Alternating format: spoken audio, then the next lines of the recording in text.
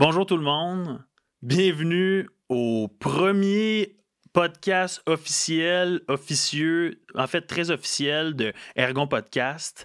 Je suis vraiment content aujourd'hui parce que j'ai la chance d'avoir non seulement un ami qui est avec moi, Charles-Antoine Hallé.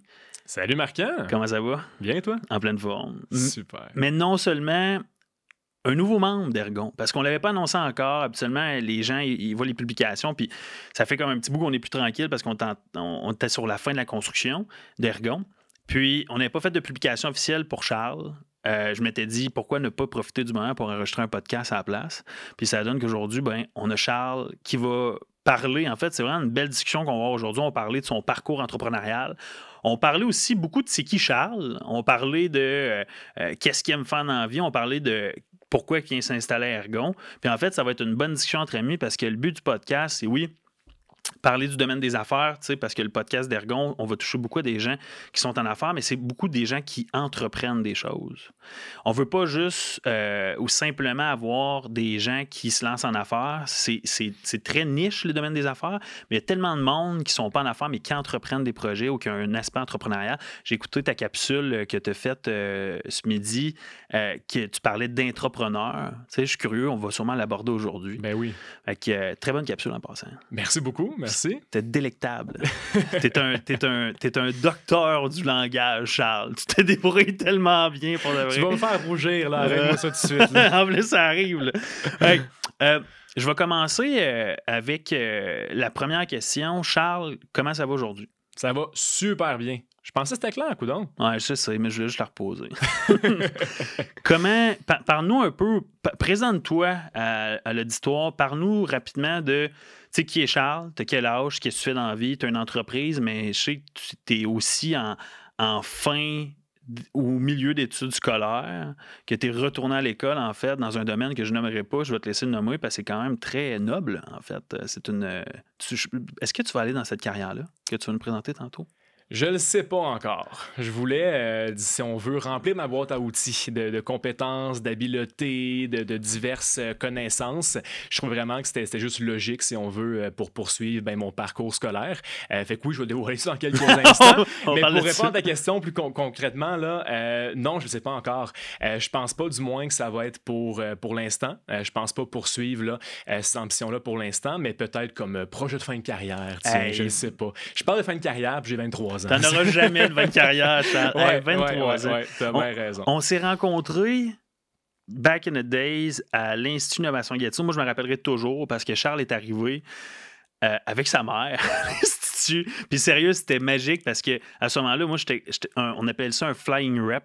C'est le poste qu'on m'avait donné. Fait que moi, je représentais plein d'entreprises puis je t'ai payé juste 100$ par semaine. Je t'ai exploité. Non, c'est pas vrai. Je t'ai pas exploité. C'est une blague. Mais c'était pas la job de rêve, mais mon rôle, c'était beaucoup d'accueillir les gens et tout. Puis je me rappellerai toujours, j'étais assis à un cubicule puis je t'avais vu arriver. T'avais les cheveux extrêmement longs dans ce temps-là. Oui, mes cheveux m'arrivaient environ ici. Là. Mais à ce moment-là, tu jouais au football aussi parce que tu étais un footballeur. Exact. Tu avais ta petite entreprise de... C'était quoi encore? Dans le fond, là, ma première entreprise que j'ai lancée, c'était à 13 ans avec mon meilleur ami, Édouard Wakim.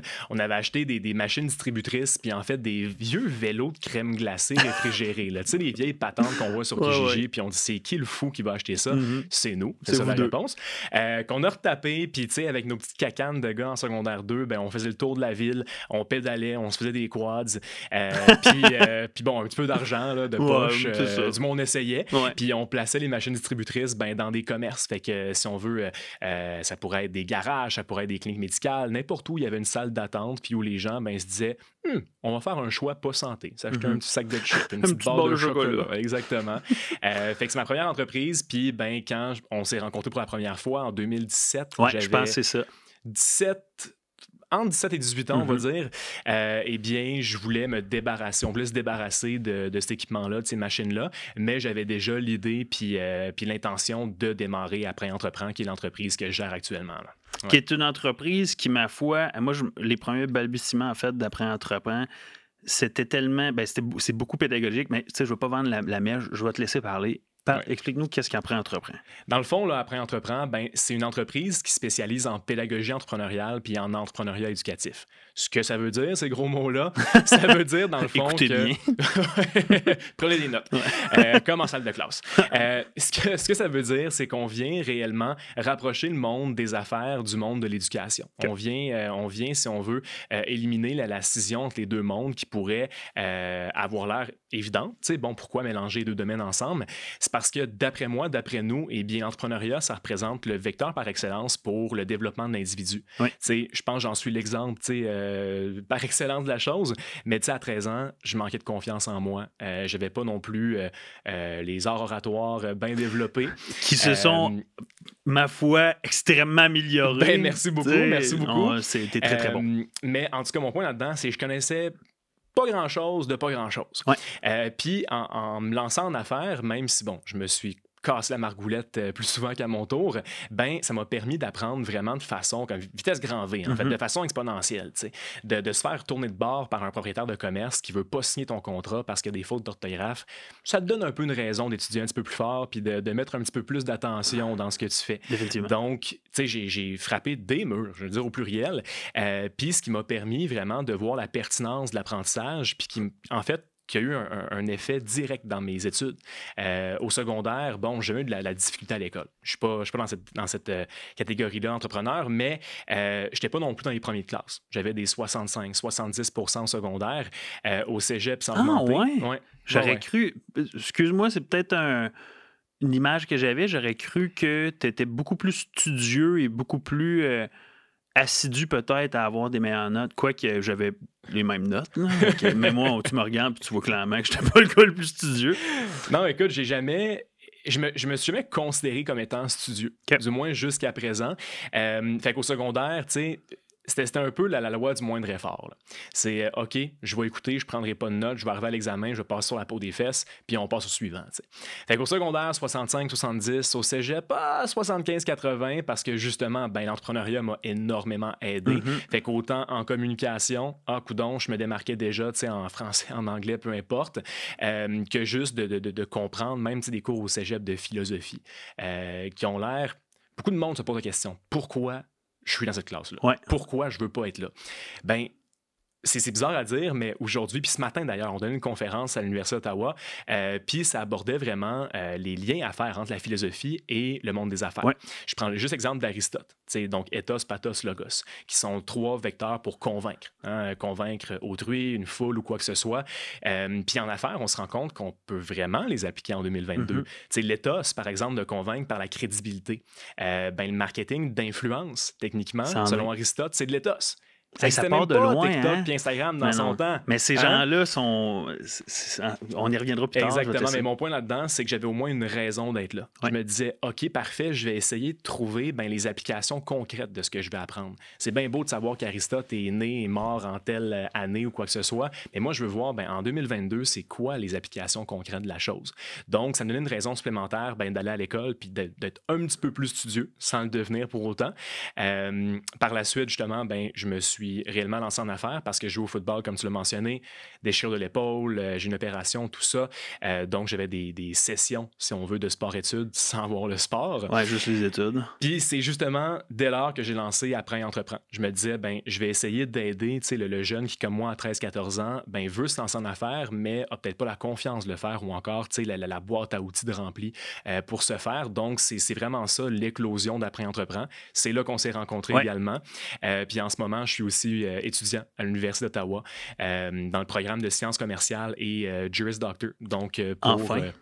Quoi? Enfin, nous savons enfin le punch pour me spécialiser en droit des affaires parce que Juris Doctor, dans le fond, là, c'est le programme national. Donc, autant le droit, si on veut, d'école française qu'anglaise, donc le droit civil et le common law. Comme ça, vraiment, avoir l'occasion de pratiquer et de comprendre les différentes distinctions entre les deux systèmes légaux. Donc, c'est en plein ça que je suis en train de faire en ce moment. Je reviens à peine d'un cours on se parlait tantôt. Puis, mais notons encore augmenter à l'université. T'sais, on se dit, bon, le niveau augmente, mais justement, moi, je sais de plus en plus ce que je fais dans ce cours-là, puis pourquoi je suis là. Ouais. Actuellement, bon, je ne parlerai pas de moyenne, mais je pourrais difficilement, si on veut, avoir des meilleures notes. On va le dire de même. Tant mieux. Parce que j'aime ça. Ouais. Parce que, justement, je vois pourquoi je suis là. C'est pertinent. Je pense qu'il y a un pont à faire entre entre le succès et la motivation, ben aussi la discipline, parce que tu peux être motivé, mais être motivé, c'est souvent une vague. Là. Des fois, tu vas être motivé, des fois, mais pas la discipline, la constance. Puis peut-être qu'une des choses qui fait la différence pendant ton parcours, c'est que tu sais qu'en étant constant dans ton programme présentement, tu vas aller chercher des meilleures notes qui vont t'amener à pouvoir aller développer je vais dire skill set, là, excusez l'anglicisme, pour être capable d'amener ton entreprise à un autre niveau ou de te réaliser. Tu sais. Ben oui, tout à fait. Puis c'est la même règle qui s'applique. Tu sais, que tu sois entrepreneur pur et dur, que tu veuilles te prendre des bureaux à Ergon, par exemple. Nous en parlerons plus tard. Tu sais, que tu sois un sportif, un artiste, quoi que ce soit, quelque chose qu'on aborde énormément chez Apprends et Entreprends, puis que je veux davantage mettre de l'avant dans les prochaines années, c'est qu'un artiste, c'est un entrepreneur. Oui. Un sportif, c'est un entrepreneur. L'artiste, c'est un peu plus évident, le sportif, un peu moins. Mais si on le pense de façon suivante, ben it makes sense, si on veut. Tu sais, l'artiste, là, son coût de production ou encore son retour, son profit, voire même... son temps. Oui, exactement, mais l'amortissement aussi de son matériel. Il n'y a peut-être pas une usine, il n'y a peut-être pas de l'équipement à remplacer à chaque 5 ans, mais coudonc, sa créativité, sa tête, à un certain point, Salvador Dali ou encore Picasso n'ont pas non plus fait 2000 peintures. Il y a une certaine longévité à une carrière qu'on peut faire sans devoir se réinventer. Si on veut. Donc, l'artiste, ben, il y a ça à prendre en considération. Il y a aussi, son corps à un certain point. Si ton art te demande d'être debout pendant maintes et maintes heures par jour, ben, rendu à 50, 60, 70 ans, c'est peut-être pas sustainable. Puis le sportif, c'est le même principe. Même chose. Il y a la carrière d'agent, de sportif, donc d'athlète, repose sur ce simple principe. Donc, d'apprendre à nos jeunes sportifs, au Québec, en Ontario, tout ça, comment gérer leurs finances, comment prendre soin de leur machinerie qui est leur corps pour avoir le meilleur retour sur investissement, bien, c'est non seulement pertinent, mais c'est nécessaire en 2022. C'est tellement pertinent ce que tu dis, Charles, parce que ce concept-là, si tu avais parlé de cela il y a 20 ans, les gens t'auraient dit ouais, un sportif, c'est pas un entrepreneur. Tu sais, mais l'entrepreneuriat, puis ce concept-là est tellement évolué. Recul, hey, mon accent du Témiscamingue qui sort. Recul de environ 50 ans, c'est pas tout le monde qui est entrepreneur. L'entrepreneuriat n'était pas une mode. Là. Ouais. Les gens étaient juste là. Puis 60 ans passés, c'est plutôt t'es entrepreneur, tu gagnes ton pain. Les gens ne le faisaient pas tout le temps non plus par passion. C'est une question de famille, puis ainsi de suite. Puis là, de plus en plus, je pense que c'est depuis peut-être des années 2000, avec l'arrivée des nouvelles technologies, l'arrivée d'Internet, puis ainsi de suite, les gens ont commencé à développer peut-être un intérêt de plus, à avoir accès à de l'information de plus, pouvoir s'éduquer sur le sujet. Puis arrive qu'aujourd'hui, la mentalité, c'est plus qu'un entrepreneur, c'est quelqu'un qui est en construction ou quelqu'un qui est en real estate ou quoi que ce soit.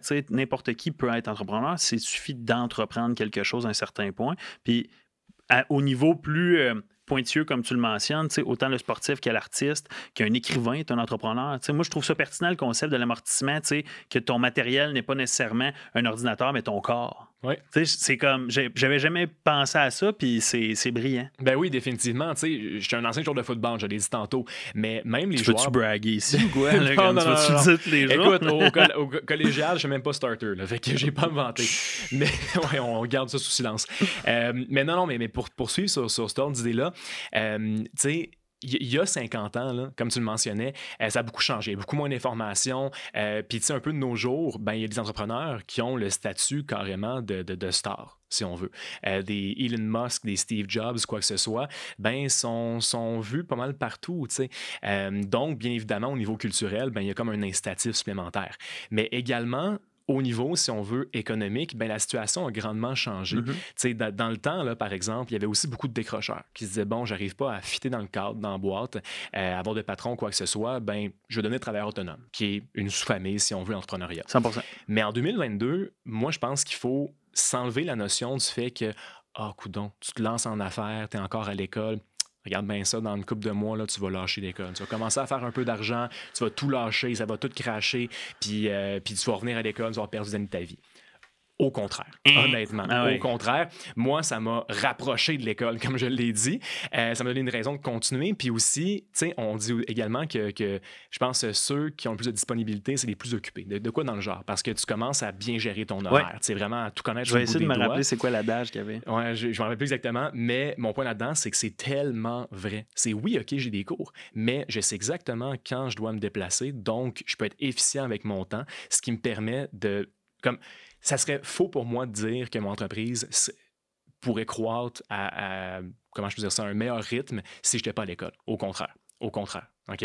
Donc, non, justement, si quelqu'un veut se lancer en affaires dans votre entourage, dans ton entourage marquant, puis qui est encore à l'école, ben il faut l'encourager. Définitivement. Ça va lui donner une raison d'aide supplémentaire, puis c'est super. Mais c'est pour ça qu'Apprends Entreprends est là aussi. Tu sais, les conférences que vous donnez, les ateliers que vous donnez, puis on reviendra à Défi 48 parce que c'est très intéressant. Je pense que c'est le cœur, un des cœurs, en fait, de l'organisation qui, moi, me passionne à quel point tu as créé quelque chose de génial. Merci beaucoup. Mais c'est pas...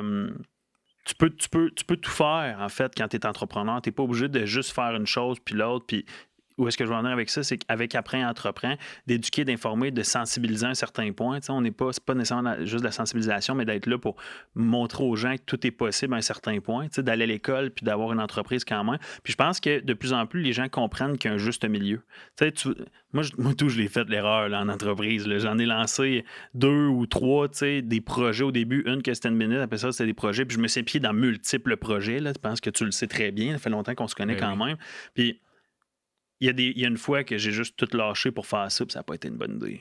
Mais j'avais pas d'outils nécessairement pour y arriver. Puis c'est là où est-ce que je pense que ça vaut la peine que les gens aillent visiter ton site web, aller regarder ce que tu fais. Puis je sais que tu t'adresses beaucoup. En fait, je ne veux pas faire de présomption. À qui t'adresses-tu avec Apprends Entreprends? Certain. Dans le fond, là, on s'adresse vraiment là, des écoles primaires jusqu'aux universités. Okay. Donc, on a commencé dans la sphère parascolaire. Donc, un peu comme un club de soccer ou encore d'échecs même, donc qui est en parascolaire, qui est après l'horaire régulier d'école.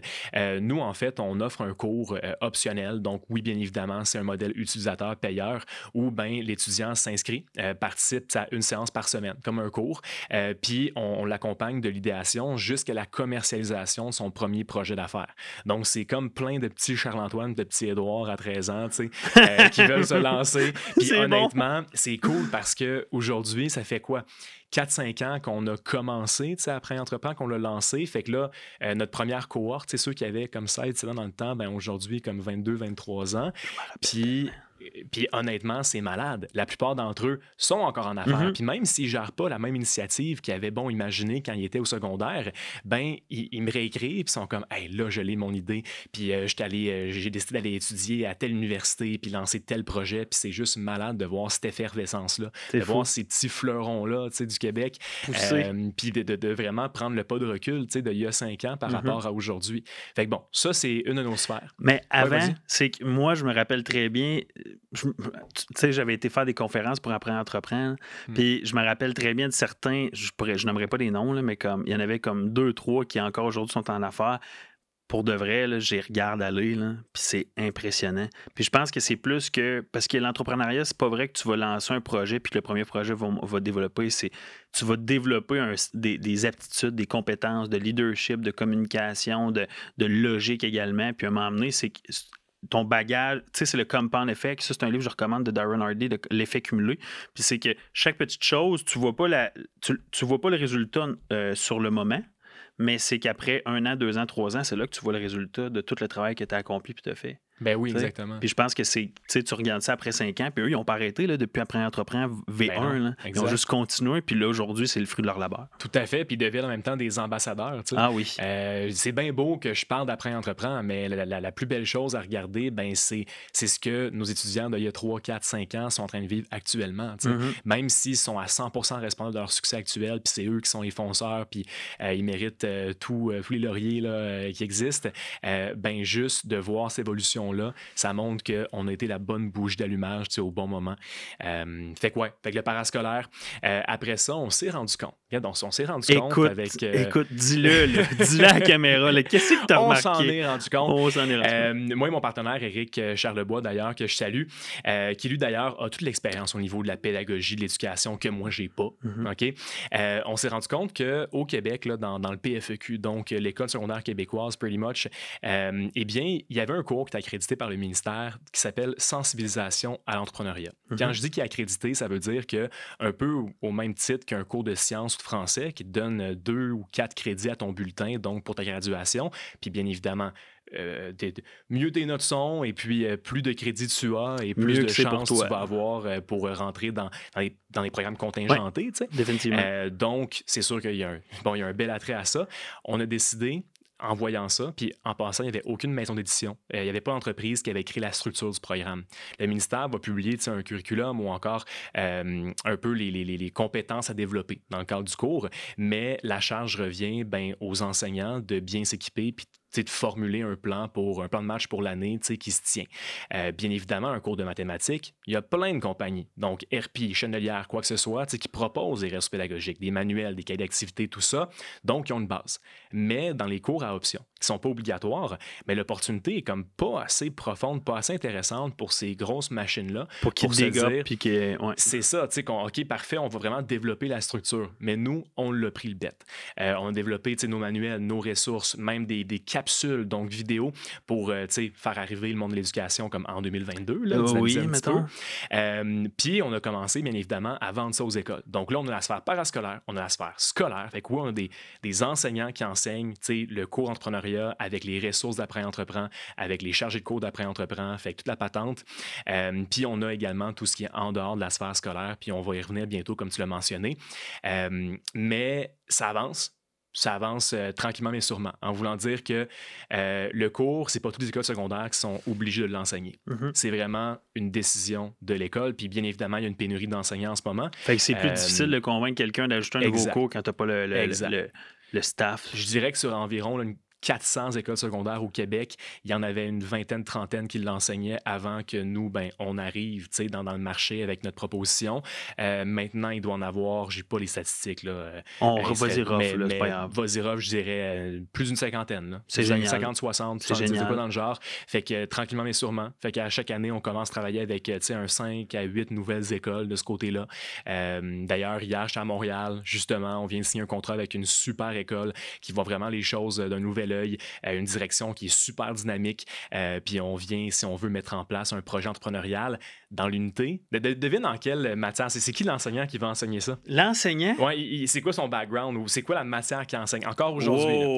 Parce qu'eux, ils n'ont pas décidé de créer un cours à part de sensibilisation entrepreneuriale, ils ont décidé de l'intégrer dans un autre cours, puis tu vas être surpris. Est-ce que cette personne-là, je risque de la connaître? Non.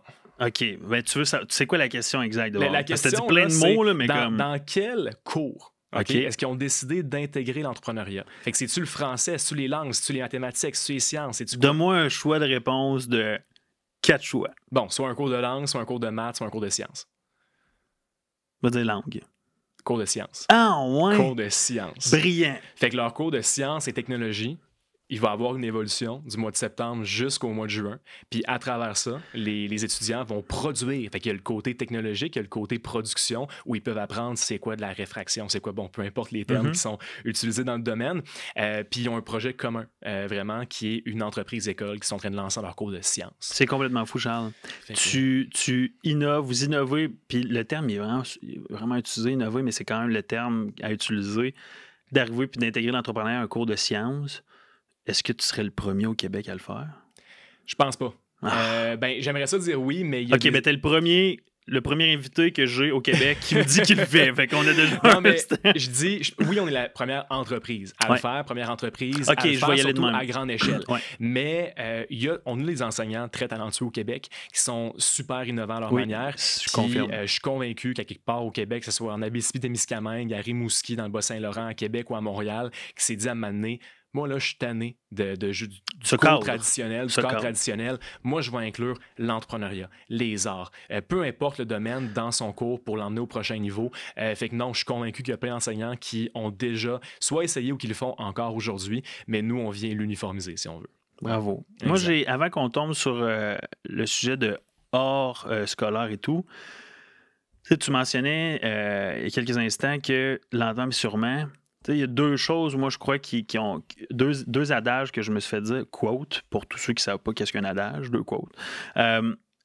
C'est que la direction dans laquelle tu vas est beaucoup plus importante que la vitesse que tu prends. Tout à fait. Puis quand j'ai compris ça, parce que souvent, quand tu te lances en affaires, tu as comme le FOMO, je vais le dire comme ça, le fear of missing out, que tu te lances dans un projet, tu as peur que tu n'arrives pas, tu ne génères pas de résultat, quelqu'un te vole ton idée ou quoi que ce soit. Puis au final, c'est que si tu fais bien les choses, il va toujours y avoir des changements de planning, tu fais bien les choses, c'est plus important dans la direction que tu vas aller que la vitesse que tu vas prendre. Le deuxième, c'est pas qu'est-ce que tu connais dans la vie, mais qui tu connais. Puis je crois que les cours que tu offres, le programme que tu offres, permet de rassembler des futurs grands esprits ensemble, des gens qui ont un intérêt commun mais qui ne le savent pas encore. Moi, je l'ai vécu quand je suis allé je donnais un cours puis une conférence pour toi. Puis quand tu es rassemblé ensemble, ces gens-là, là, plus tard, là, ça va faire des petits. Tu sais, ils vont se rencontrer, ils vont parler d'un à l'autre, ils vont tisser des liens à même le premier cours, puis 10 ans plus tard, là, on peut peut-être avoir le prochain, je t'ai pas dit Elon Musk. Tant mieux si on a Elon Musk au Québec, là, mais il y en a en fait qui ressemblent beaucoup, peut-être à un plus petite échelle, mais je pense que ça s'adresse beaucoup à toi. Ben oui, bien évidemment. Puis tu as bien raison en disant que, tu sais, au bout de la ligne, c'est qui tu connais l'important, puis il faut bien s'entourer surtout. C'est un peu pour ça aussi qu'on a décidé de venir à Ergon, du fait qu'on va pouvoir s'entourer des bonnes personnes, on va pouvoir faire des partenariats, parce que nous, on s'adresse à la jeunesse qui n'a pas d'âge. Okay? C'est poétique, ça paraît dit. bien, exactement. Aïe, j'avais une cloche, mon gars, de la sonnerie. C'est une opportunité en soi, de pouvoir aussi aider notre suivant, puis de collaborer. Parce que nos ressources, là, c'est pas juste utile dans le cadre scolaire. Non. Nos ressources, puis ce qu'on a pu ramasser comme information, c'est pour ça qu'on fait, on démocratise l'accès aux ressources entrepreneuriales. Puis il y a plein d'entreprises ici, peut-être 30, 40, 50 ans, qui vont pouvoir en bénéficier, puis inversement également. Donc, nous, on voulait être dans un noyau nucléique d'ébullition entrepreneuriale. Puis on trouvait qu'Ergon était le bon endroit. Puis c'est sûr que la terrasse sur le bureau, c'est un plus. Là, bon. On en a 4, mais nous allons y revenir plus tard. Mais j'apprécie les bons mots. Puis c'est la même mentalité là, quand on s'est rencontrés. Puis je t'ai fait visiter au début base building. Il n'y avait rien, pas de mur, quoi que ce soit.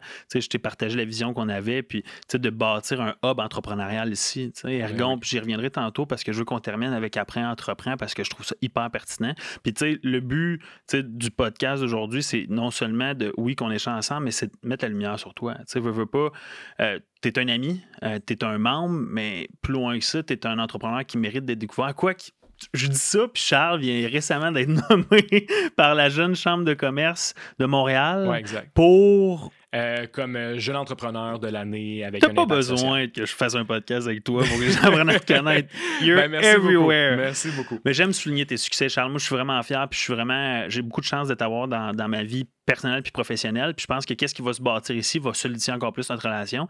Puis on va avoir du fun, cette terrasse. Ben oui, certain. Au Spritz, partout, à gars.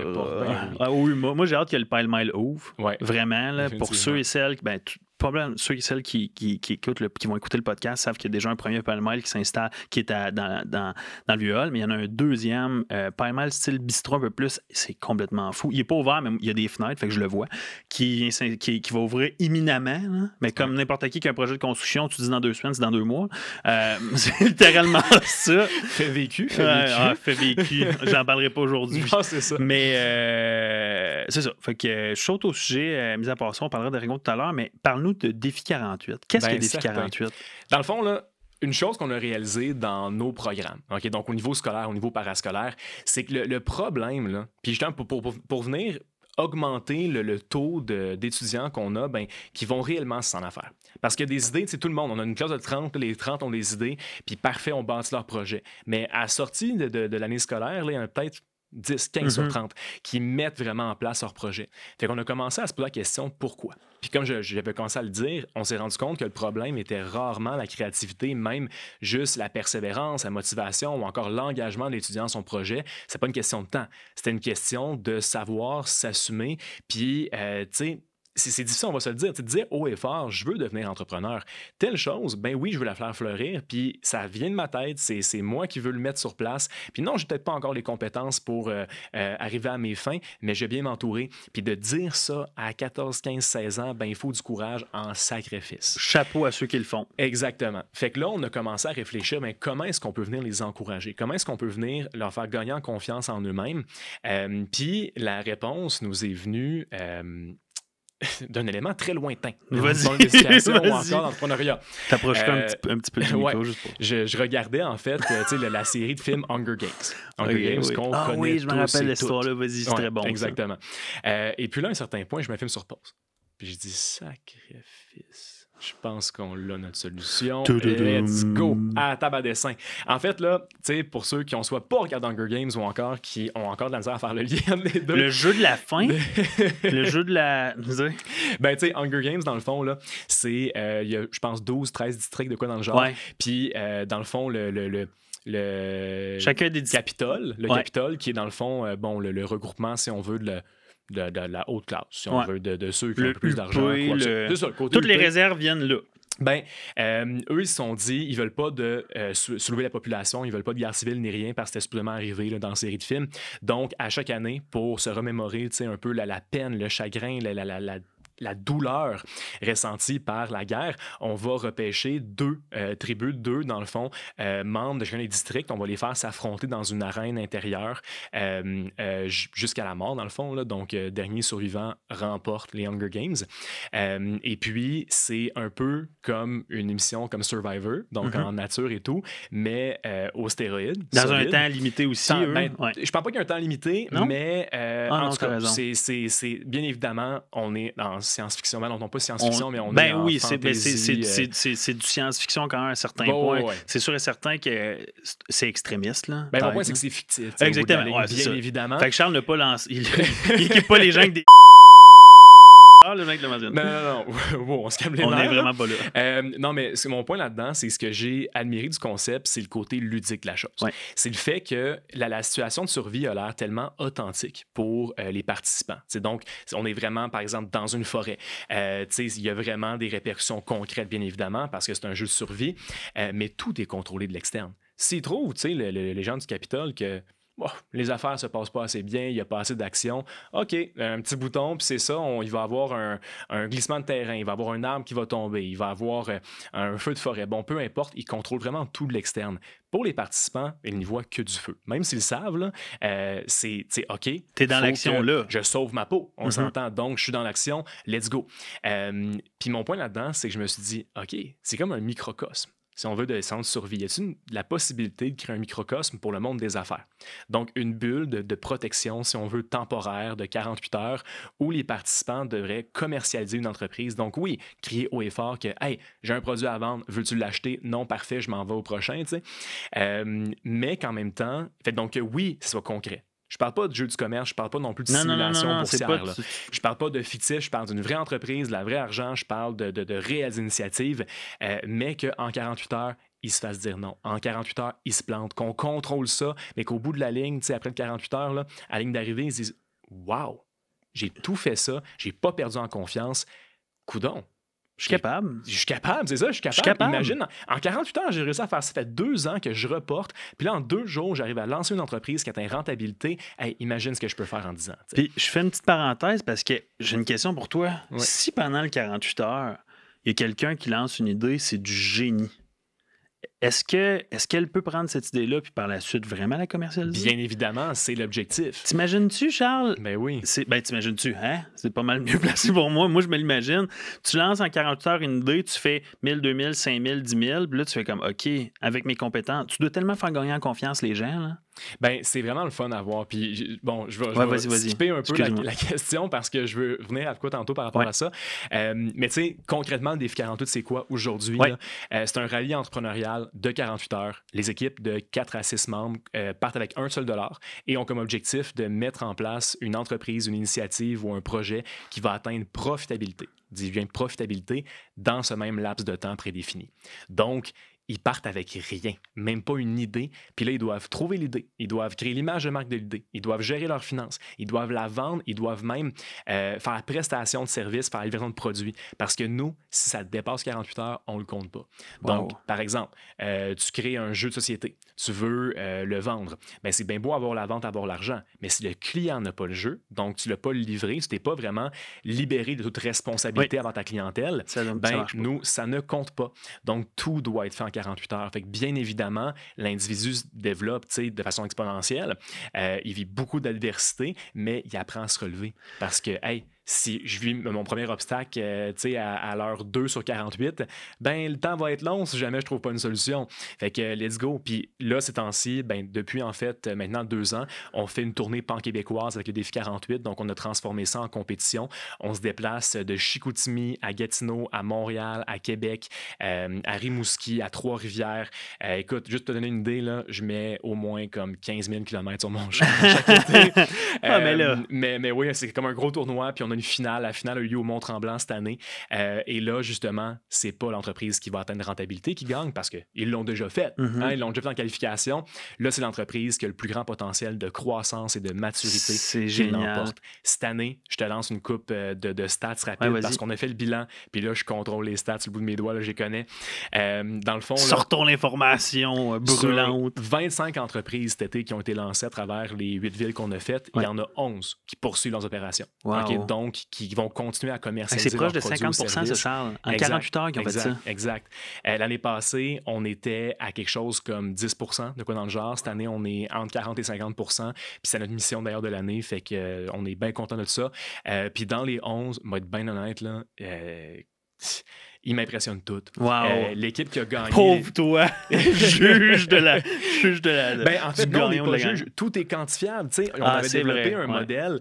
En finale, ça, j'en suis fier parce que c'était vraiment Ben, en fait, là, pour les qualifications, comment on détermine les gagnants, c'est au niveau de l'argent. C'est très quantifiable. On a un partenariat avec Desjardins, donc toutes les équipes ont un compte de banque Desjardins. Nous, on a un accès pour visionner les transactions. Fait que c'est très simple. Puis on a comme automatisé, si on veut, l'échange d'informations entre le compte de banque et notre site web. Donc, n'importe qui du public peut aller voir le classement en temps réel, ce qui est vraiment super. Puis notre gars qui a fait ça, là, Éric Lacombe-Denis, c'est un maître là-dedans. Je voulais juste faire une petite note de... Moi, j'ai vu le site, puis pour vrai, c'est de l'excellent travail. C'est du 2000. Il est ailleurs. Vous êtes ailleurs. Ben, on le remercie. C'est très actuel. Puis pas Éric Charlebois, pas mon partenaire, Éric Lacombe. Éric Charlebois, on le remercie pas, lui. On veut pas le remercier. Mais c'est mélangeant chez Après Entrepreneur. Avant, on avait 2 Charles-Antoine. On a pour 2 de vrai? Éric. Il faudrait pas avoir 2 Éric et 2 Charles-Antoine. 2 Charles-Antoine. Je pense que t'es le seul Charles-Antoine que je connais. Ben, coudonc, moi, j'en connais plus. Whatever. Je joue au football aussi. Non, c'est pas vrai. Le gars, il le ramène. Non, mais... Vas-y. Ouais, puis en finale, on se dit justement, ben, on veut pas, tu sais, juste comme resservir la même soupe, la même recette. On veut que les encourager vers la croissance. Puis si jamais c'est uniquement au niveau du profit, on se dit c'est un peu trop mercantile, c'est un peu trop axé vers au capitalisme aussi. Parce que oui, bien évidemment, en finale, si jamais tout ton projet, ben, c'est rapide à faire la prestation de service, puis chaque contrat vaut 4 000 $, tu as plus de chances de gagner. On s'est dit, on va suivre l'évolution de leur valeur d'action. Okay? Donc, la prémisse, c'était qu'entre la qualification et la finale, il faisait une entrée sur le marché boursier après et entreprendre. OK? Et là, que symboliquement... Cloche encore, mon gars. Je le sonnerais, je trouve ça brillant. Ben, merci. Puis symboliquement, leur valeur d'action commençait... donc, leur premier IPO, si on veut, était à 48 $ l'action. OK?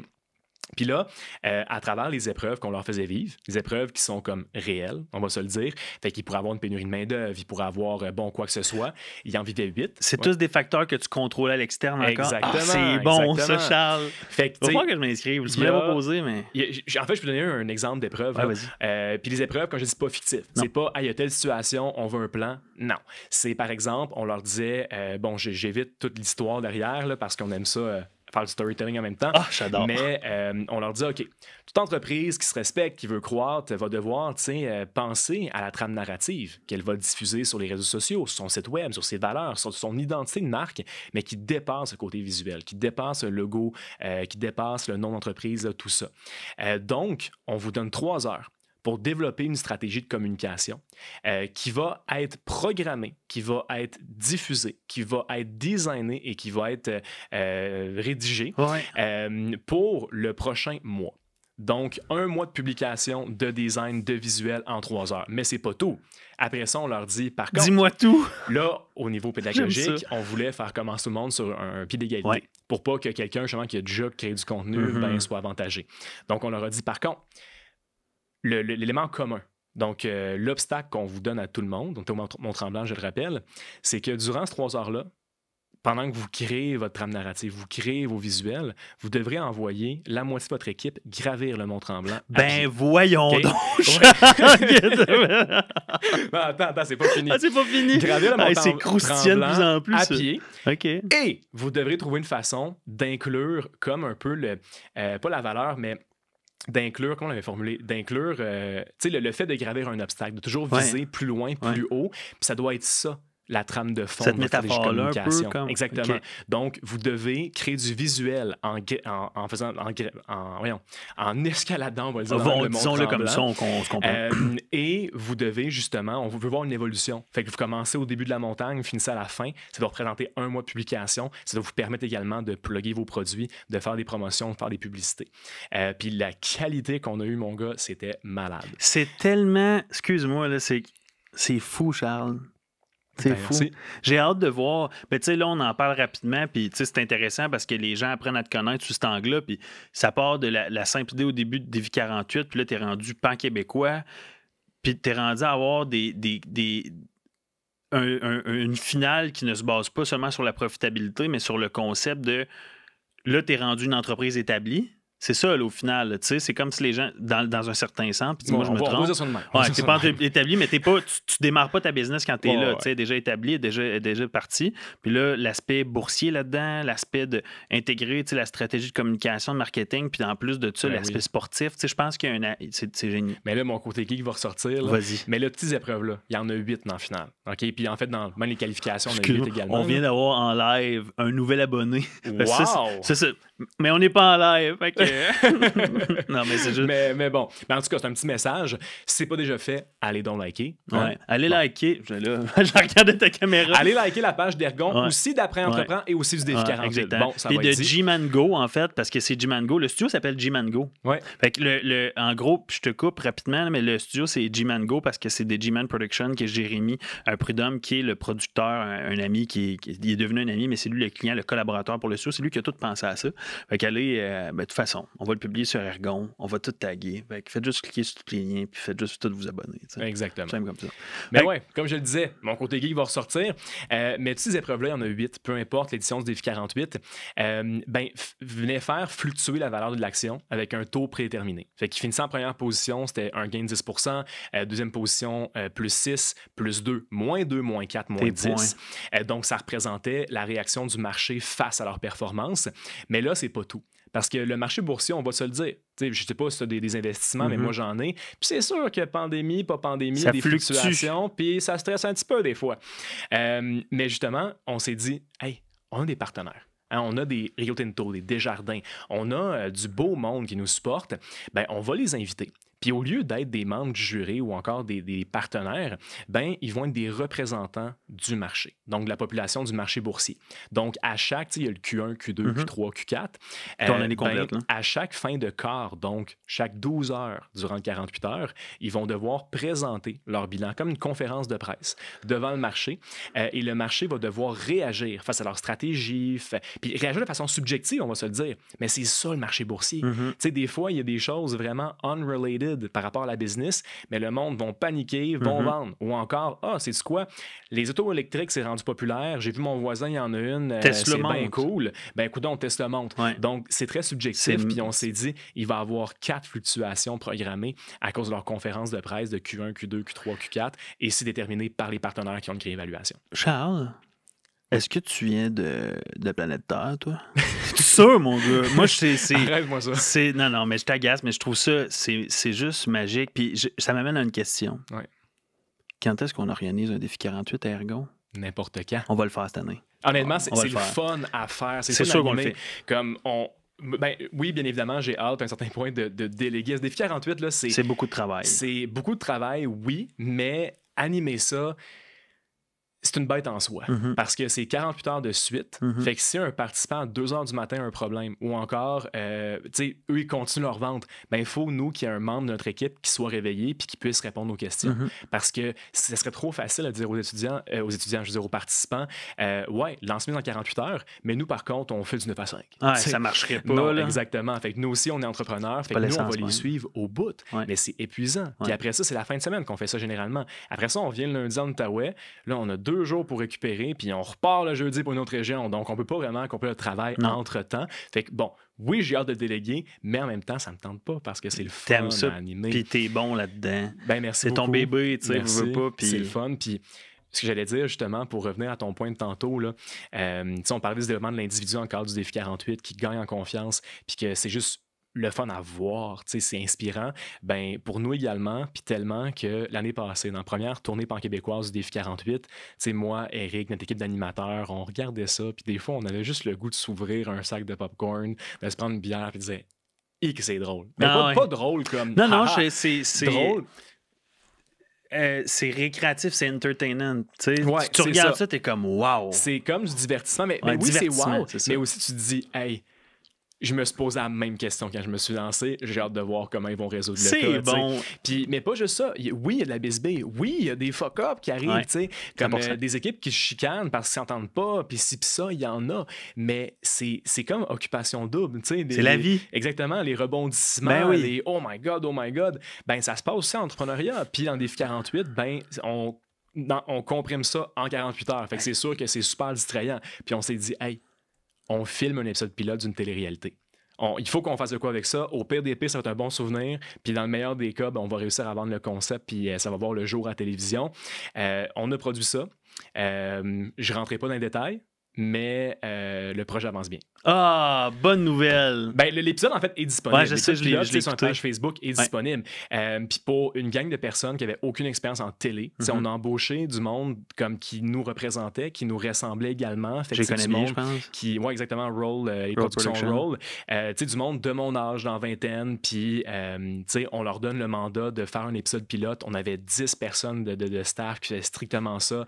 C'était around the clock. Nous également, à la fin de chaque journée, on finissait l'animer à minuit.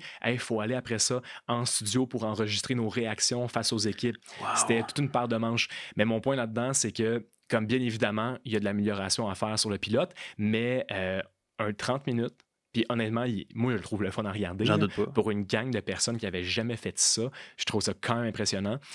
Puis là, en ce moment, ben, on est en train de travailler sur...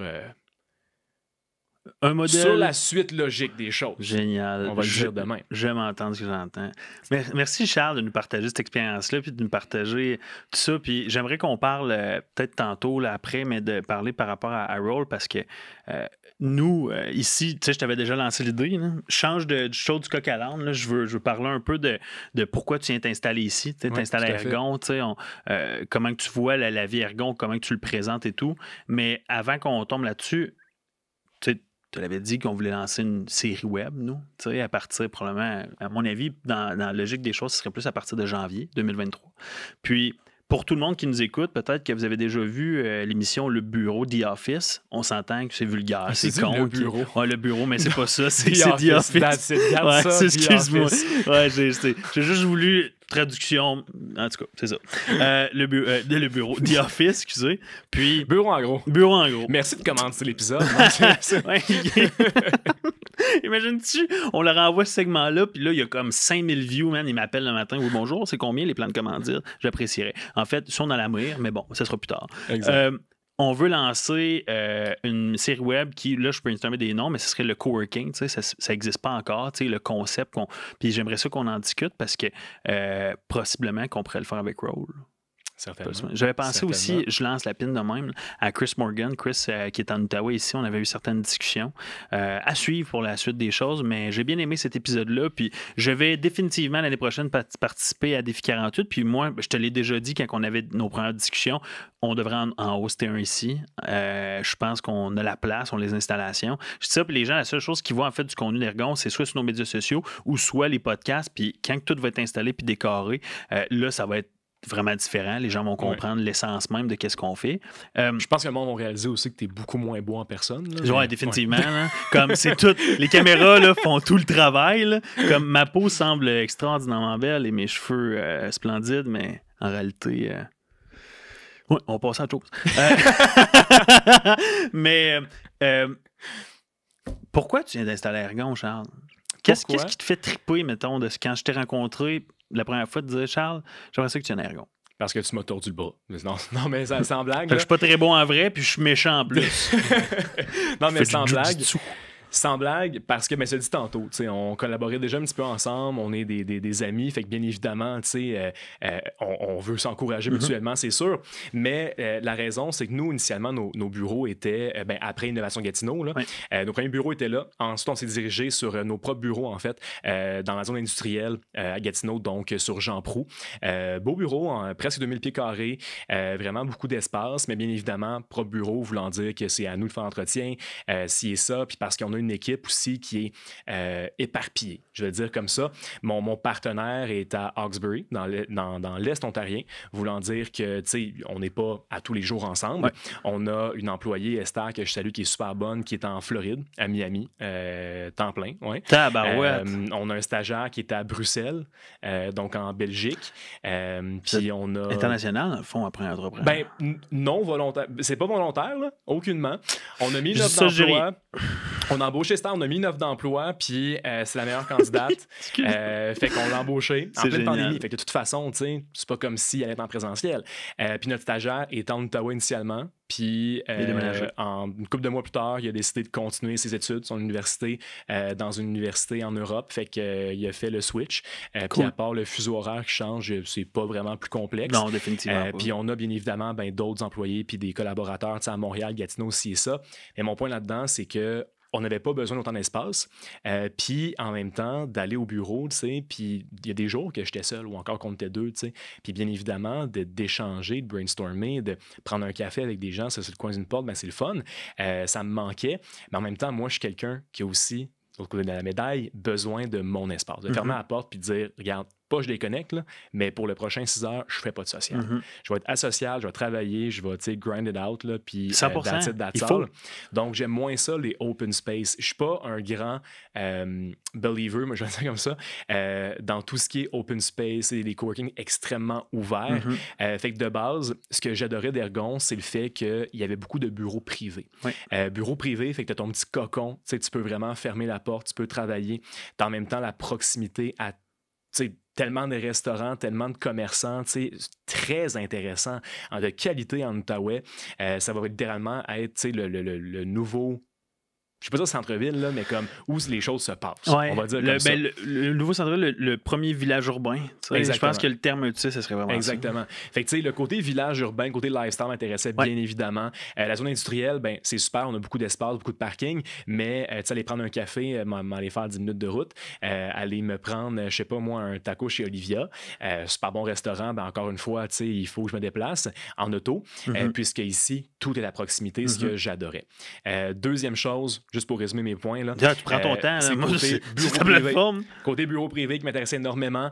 Il y a également qui s'ajoute à ça juste l'espace. C'est un bel espace qui va être bien entretenu. C'est des matériaux de qualité. Regardez ça, le studio de podcast, c'est partout, pas de même, mais comme c'est la même qualité. Exactement, oui. C'est ça. C'est aussi impressionnant partout. Tu as bien évidemment le vibe des bureaux puis du studio de podcast, c'est deux choses, mais tu as le goût d'être là. Tu as le goût de passer quelques heures là puis de dire « Hey, ouais, c'est mon espace ». Donc, pour nous, c'est un choix logique. On n'avait pas autant d'espace, d'avoir quelque chose de plus central, puis juste où il fait bien vivre, si on veut. Donc, c'est ce qui a motivé, si on veut, notre venue à Ergon. Je suis très heureux de l'entendre. C'est drôle parce qu'on n'est même pas ouvert encore.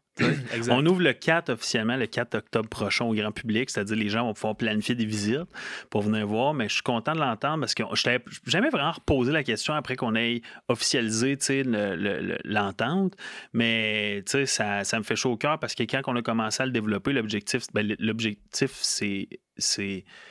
a évolué, en fait, mais ça restait quand même le même de bâtir un hub où est-ce que les gens ils ont le désir de vouloir venir travailler le matin. Puis, tu vois, ce que tu mentionnes par rapport au open space, il y a beaucoup de fois qu'on s'est posé la question, Ergon, comment qu'on le construit? T'sais, nous, on est passé de 7200 pieds carrés à proche de 12 000 pieds carrés. Là, on est quasiment le double.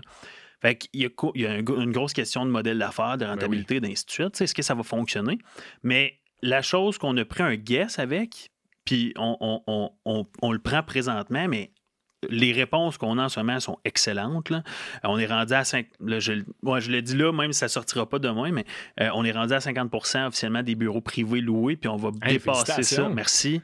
C'est un gros milestone qu'on s'était donné pour l'ouverture, puis je suis vraiment content parce que ça garantit plein d'affaires, puis ça amène une dynamique qui va avoir plein de monde déjà. T'sais, on va parler d'une 15 à vingtaine de personnes qui vont être là le jour 1. T'sais, au total, on parle de 80 personnes qui vont pouvoir travailler à Ergon. Ceci étant dit, on a développé un modèle qui était hybride. C'est important pour nous de bâtir des bureaux privés qui répondent aux critères d'un avocat. Là, je dis avocat, pourquoi? Parce que le côté privé est ultra important. Les conversations qui se discutent avec un avocat, que ce soit familial, que ce soit de travail, que ce soit d'affaires, c'est des discussions qui sont extrêmement personnelles, professionnelles, qui ne peuvent pas être partagées. Fait que le grade de qualité des matériaux qu'on a utilisés fait toute la différence. On en a 32 des bureaux privés, puis quand on s'est dit qu'on allait le faire, on a modelé le tout, puis la façon que c'est disposé, tu as des bureaux alentours, mais tu as des espaces communs, tu as des lounges, puis tu peux arriver puis être ton asocial pendant 6 heures, mais toi, tu as la chance parce que tu as un lounge juste à côté de ta porte, on s'entend, ou tu peux arriver, puis le matin, tu te lèves, of course, tu te lèves de chez vous, tu t'en viens travailler, tu t'en vas prendre un café au Moulin Lafayette, tu montes à Ergon, ou n'importe quand, parce que dans le fond, c'est 24 heures sur 24, puis tu décides de venir prendre un café avec moi, on s'en va à sa terrasse, on brainstorm, ça part la journée, là, tellement différemment que d'arriver dans ton propre bureau ou même avec ta propre équipe. J'enlève rien, j'ai déjà travaillé avec des propres membres de mon équipe dans le bureau, mais discuter avec d'autres mondes, d'autres idées, d'autres réflexions, prendre des petits 15 par-ci par-là, ta journée, là, tu la vois pas passer puis tu as été 2 fois plus productif. Ben non, c'est sûr. Puis dans mon cas, tu sais, ayant l'université et tout, bien évidemment, j'ai pas un horaire de travail qui est stable ou encore qui est traditionnel. Oui, stable, mais pas traditionnel. C'est ça, exactement. Ce qui fait en sorte que, tu sais, oui, il y a des soirs que ça me tente, que je dois plutôt rester au bureau jusqu'à 10 heures. Puis mon point là-dedans, c'est que c'est le fun. Tu sais, je m'imagine déjà, ça va être le fun de rester jusqu'à 10 heures ici. Tandis que. Trigger-moi pas, là, je vais rester moi tout. Quand t'es tout seul, tu sais, dans un bureau, quoi que ce soit, c'est sûr que c'est un peu facile de dire, bon, c'est quoi, je finirai ça demain ou quoi que ce soit. Puis je sais très bien que demain, j'ai une journée pleine encore. Donc, tu sais, c'est ça. C'est toujours à prendre en note. Puis juste pour revenir sur votre mode hybride, parce que c'est aussi ce que j'apprécie. Moi, bien évidemment, quand tu m'as montré les options, j'ai tout de suite bureau privé. Parce que je me connais. Ça paraît pas, mais je me considère comme quelqu'un d'introverti. OK? Et avoir des discussions, être en public, comme un cours à l'université de 200 personnes, là, ça me tire du jeu. De la batterie sociale, il faudrait que je fasse une sieste après ça. Okay? Je comprends. Je suis pareil. Par contre, ça paraît pas. Les gens assument que je suis extraverti parce que, hey, moi, à la radio, à la télé, peu importe, parler devant le public, ça me dérange pas. Jouer au football. Raison, sacrifice. OK, c'est la dernière fois de le ramener. La dernière fois. Non, mais, tu sais, ça a l'air naturel. D'un, ça l'est pas. J'ai dit tantôt, j'étais vraiment renfermé plutôt dans mon parcours. Mais c'est ça. C'est que je dois quand même recharger mes batteries. Pour ne dormir, là, mais tu sais, j'ai besoin quand même d'avoir mon espace. Mais même vos espaces de coworking, si on veut, plus open, plus ouverts, sont comme quand même semi-privés. Tu sais, tu as une salle avec, disons, 12 bureaux, mais il y a une porte. Tu sais, fait que tu contrôles au moins, il y a comme un maximum de personnes. Ce qui fait en sorte que, ben oui, si ce jour-là, tes collègues de travail ne sont pas à leur bureau, t'es tranquille. Ben, t'es tranquille. Donc, vous avez bien subdivisé l'espace, puis centralisé également tout ce qui est lounge, cuisine, tout ça dans un bel espace, mais pour que les gens également, travaillent de leur côté, mais puissent se retrouver dans le noyau d'Ergon. Fait que ça, j'aime énormément. Puis tu sais, je serais pas gêné. Comme je regarde ça aujourd'hui, puis je me dis, coudonc, ça m'aurait pas dérangé quasiment d'avoir un bureau semi-privé. Mais ouais, non, good job de ce côté-là. Je suis content. Puis c'est le côté hybride, parce que là, je réalise que j'ai dit bureau privé, mais j'ai pas parlé des types d'abonnements qu'on a. Parce qu'Ergon, en fait, nous, on s'adresse à tout le monde qui entreprenne, mais principalement des micro-entreprises, des travailleurs autonomes, des professionnels, comptables, avocats, notaires, tous les types de professionnels, courtier immobilier, courtier hypothécaire, ainsi de suite. Mais il y a le bureau privé, qui est un espace de bureau qui appartient à l'entreprise, qui le réserve qu'il loue pendant une période de temps. C'est tout du court terme. Quand du court terme, on part de 2 ans et non 5 ans, 10 ans pour un espace de travail à aller à du 3 mois. Il y a l'espace bureau semi-privé, qui ça, c'est un espace d'environ 8 à 10 postes de travail différents que les gens peuvent venir travailler puis qui peuvent laisser leur matériel là. Fait que ça leur appartient pendant la durée de la location. Puis le troisième abonnement qui est l'espace coworking, que là, tu travailles, c'est des hot desks qu'on appelle, que tu travailles de où est-ce qu'il y a de la place. Puis on a développé comme une vingtaine de postes de travail sur des bureaux où est-ce que les gens peuvent travailler. Puis moi, je pense quelque chose, là, puis je te le partage. Ça se peut très bien qu'on ait beaucoup plus de demandes pour le coworking. Moi, les bureaux privés, je suis pas vraiment inquiet, puis les semi-privés. Les coworking, j'étais comme un peu... Je sais pas, mais ça arrive, là, à mon avis, on va manquer de place. Là. Ben, c'est un gros problème à avoir. On va manquer de place. Il faut aménager une terrasse. C'est quoi? Vas-y. On va créer une épreuve dans le cadre du défi 48 qui aborde exactement ça. J'aime ça! Puis il va y avoir plein d'entrepreneurs dynamiques qui vont solutionner votre problème pour vous. Maudit. Ou d'arriver, puis il faut croître. Qu'est-ce qu'on fait? Exact. Une épreuve ergon, ce serait cool, ça. On va le faire. Ouais, on va le faire. Certains, on a la latitude de faire ce qu'on veut ici, Charles. C'est malade. Je suis content. Tout à fait. Mais un des points aussi qui va être vraiment intéressant dans ce qu'on bâtit, parce que dans la phase où est-ce que je suis, on ouvre dans 2 semaines et demie, ish. Ben oui, 2 semaines et demie. C'est tout le milieu de vie. Tu sais, parce que, oui, on loue des bureaux. Là. Oui, parce que les bureaux, il y a des salles de conférence, il y a le studio de podcast, mais ça reste que ça, c'est de l'utile. Tu sais, c'est comme, tu as besoin de travailler, tu as ton bureau, tu as besoin d'enregistrer quelque chose, tu as besoin de faire une rencontre, tu t'en vas dans la salle de conférence, mais c'est beaucoup plus que ça, qu'est-ce qu'on essaie de faire. Là. C'est de bâtir une communauté. Puis là, on avait des idées. Là, j'étais en discussion avec TED Talk. Nice. Les premiers bâtiments, ça s'enligne bien. On va voir qu'est-ce que ça donne pour être capable d'accueillir peut-être TED Talk une fois par année puis d'organiser un événement qui ça n'a jamais été vu en Ottawa encore. On a des idées au niveau des événements mensuels qu'on veut créer avec différents partenaires puis différentes thématiques. Je lance ça comme ça, je n'aimerais pas de nom, je ne veux pas caler quelqu'un que je n'ai pas contacté encore, mais j'aimerais bien lancer une bière à titre d'ergon. Fait que bière pour les gens qui entreprennent des choses. Ou bien un alcool, un gin. Mais je dis ça, je dis rien. C'est le gars qui est là puis on connaît tous. Puis, il y a beaucoup de choses qu'on veut faire pour la vie des gens qui vont être ici, qui vont être installés par les activités qu'on va organiser, pour que les gens se sentent toujours créatifs et motivés et stimulés. C'est hyper important pour nous. Puis, il y a des points qui reviennent souvent après pandémie, là, mais c'est la rétention de main-d'œuvre. Tout à fait. Il y a beaucoup d'entreprises qui viennent ici, oui, pour l'espace, pour le design, et ainsi de suite, mais il y en a beaucoup qui nous contactent, mais de plus en plus, je dirais pas beaucoup, mais de plus en plus, puis après l'événement officiel, il va y en avoir de plus en plus, à mon avis, pour prendre une passe pour leur employé. C'est-à-dire que tu as une entreprise, tu viens t'installer ici, tu as tes bureaux administratifs ailleurs, tu as ton QG, mais tu as des employés qui travaillent dans le plateau, ils travaillent télétravail, prennent une passe coworking, ils viennent travailler ici, ils changent d'air. Ça, là, c'est un des éléments qui fait croître l'écosystème des coworking en ce moment à travers le monde entier. Parce que les entreprises ne peuvent pas toutes se déplacer. Là. Le Desjardins de ce monde ne le déplacera pas. Son QG ici, là, on n'a pas rapport pantoute. Mais il peut y avoir des employés, par exemple, qui viennent travailler, viennent changer d'air, viennent faire du démarchage à certains points. Je pense que ça va être le fun, ça. Tout à fait. Ouais. Qu'est-ce que tu en penses? Moi, je pense que c'est une excellente idée. Puis, tu sais, c'est un peu ça qui m'a le plus séduit, pour revenir un peu à tantôt, le fait que c'est un espace de vie, en quelque sorte, parce que juste ce que vous voulez faire également avec des artistes locaux, transformer comme vos murs, comme en galerie d'art. Non, mais c'est vrai, puis je l'ai dit à ma chronique hier également, à Unique FM. D'ailleurs, à chaque mardi, Unique FM 94.5, donc chronique, à chaque mardi, je sais pas trop quoi dire. On aborde l'entrepreneuriat, on commente l'actualité. Donc, écoutez ça, vous allez entendre ma voix mélodieuse dans votre auto ou quoi que ce soit. T'es le docteur de l'entrepreneuriat, c'est excellent. Bien.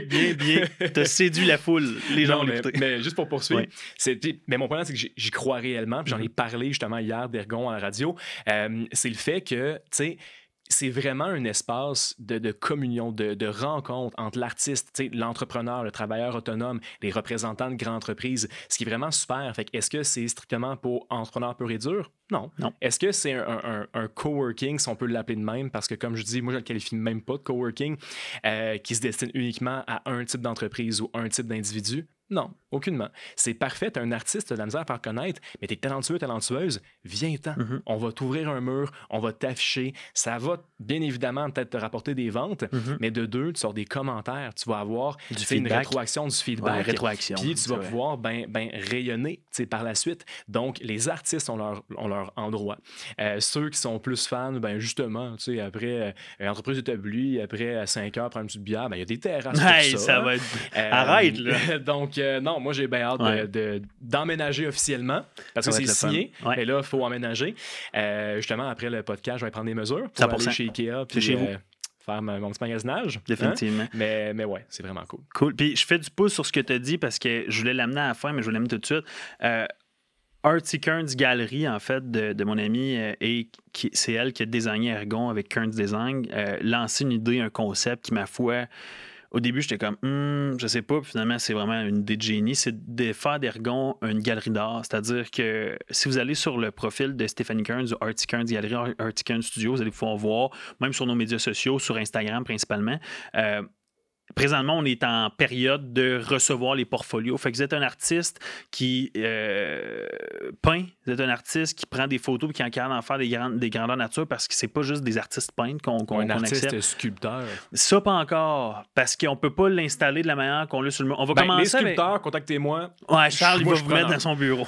Mais on est ouvert à tous, là, à tout, dans le sens, toutes les idées sont bonnes, puis on va évoluer avec le temps. Mais c'est Ergon, les murs c'est un look très industriel, très bois, plantes aussi, qui va en avoir beaucoup, je pense 182 plantes qu'on va avoir ici. C'est pas moi qui les arrose. Je suis content. Mais vous pouvez nous contacter, puis vous allez pouvoir utiliser, en fait, proposer votre portfolio. Puis on a 4 vernissages par année, c'est-à-dire qu'on laisse une vitrine aux artistes pour être capable d'utiliser les locaux d'Ergon qui, par l'essence même, vont être beaux puis vont être intéressants. Ça va être une belle galerie d'art. Je dis ça, puis je suis content. C'est pas, je reste humble là-dedans, mais on a vraiment mis la gomme au niveau du design, mais de pouvoir afficher là, pouvoir en profiter pour avoir un endroit où ils vont pouvoir se rassembler, ça va être le fun. C'est bon pour les artistes, puis c'est bon pour les entrepreneurs, puis les 100%. Occupants de la place également. C'est bon pour la santé mentale, c'est bon pour tout le monde. De s'ouvrir les horizons, puis de changer les idées des fois, de toujours être business. Ouais. À un moment donné, ça peut être nocif. Fait que, de pouvoir, justement, au lieu d'aller au musée, on va à Ergon. Hey, imagines-tu, hein? Picasso, bientôt. La Mona Lisa. Non, c'est impossible. Une fresque. Ça serait malade. Ça serait malade. Aïe. Regarde, seul l'avenir nous le dira. On est dans le début. Je crois qu'à un certain niveau, on est dans le début d'une belle croissance de nos projets entrepreneurs, de nos entreprises, parce que c'est plus des projets, c'est des entreprises. Puis moi, je suis ultra content d'avoir la chance de parler avec Charles aujourd'hui, de te parler, mon ami, puis de te faire découvrir à l'auditoire, aux gens qui peut-être te connaissent mais ne te connaissaient pas à 100% sur tous ces angles-là, ou même ceux qui ne te connaissaient pas. Moi, je vais inviter les gens, dans la description, je vais mettre le lien de ton site web puis d'informations d'après Entreprends. Avant que je te quitte, ou qu'on se quitte, en fait, aurais-tu quelque chose à rajouter? Une dernière chose. Moi, je voudrais te remercier de l'invitation de créer ce bel espace avec votre équipe, bien évidemment. Puis à la maison, si ça vous tente, justement, d'aller voir ce qu'on fait, nous encourager. Puis je parle autant d'Ergon que d'Après Entreprendre du Défi 48. Allez voir sur les réseaux Après Entreprendre, Défi 48, comme ça se dit, ou encore www.défi48.com et le www.apprends-et-entreprends.com. Donc sur ça, en tout cas, j'aimerais bien ça qu'on en repasse un autre. On va en faire plein, Charles. Sujets, tout ça. Là. T'as aucune idée à quel point on va en faire d'autres des podcasts. Le but, c'est d'en sortir 2 par semaine. Puis là, j'ai des idées de... En tout cas, je peux pas tout partager non plus aujourd'hui. Hein, ça serait trop, là. Ouais. Mais on va avoir du fun. On va avoir du fun ensemble.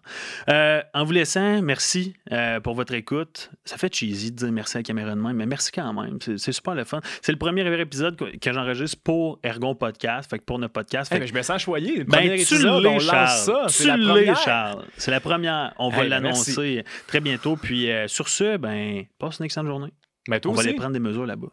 Let's go. On y va. Ciao. Ciao.